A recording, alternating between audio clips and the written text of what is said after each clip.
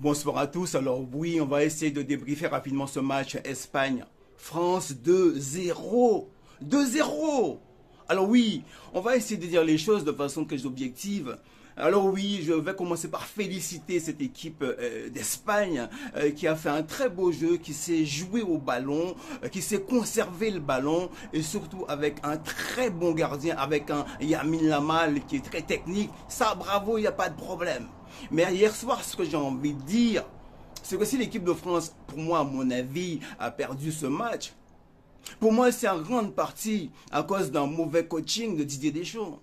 Quelqu'un peut-il m'expliquer ce soir pourquoi est-ce que Didier Deschamps ne fait pas rentrer Manu Koné alors qu'on sait très bien que Manu Koné est nettement meilleur que Tchouaméni?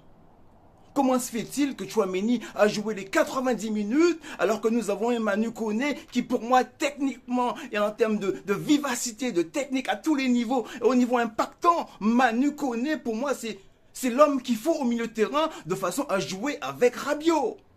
Quelqu'un peut-il m'expliquer comment se fait-il que Didier Deschamps fasse sortir Barcola alors qu'il a un très bon jeu, il va de l'avant, il attaque, il frappe, il est très impactant, il est très offensif Barcola, et toi tu le fais sortir? Quelqu'un peut-il m'expliquer ça?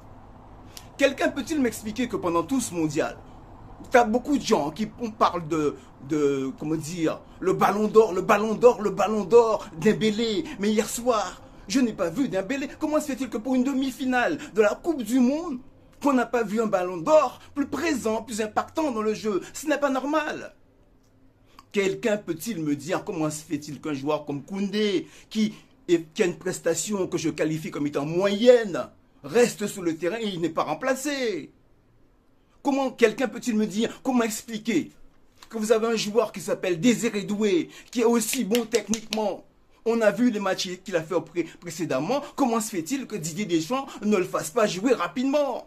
Je pense que c'est tous ces mauvais changements, ce mauvais coaching qui hier soir a failli à cette équipe de France, plutôt que d'entendre Didier Deschamps nous dire oui, que vous savez, l'arbitre, il y a eu un mauvais arbitre. Non! Pour moi hier soir, l'arbitre, pour moi il a très bien fait son rôle, l'arbitre. Il n'y a rien à dire contre lui. Kylian Mbappé a frappé, il aurait pu marquer comme il n'a pas pu marquer, mais Kiki hier soir n'a pas marqué. Mais pour moi, c'est pas Kylian Mbappé le problème.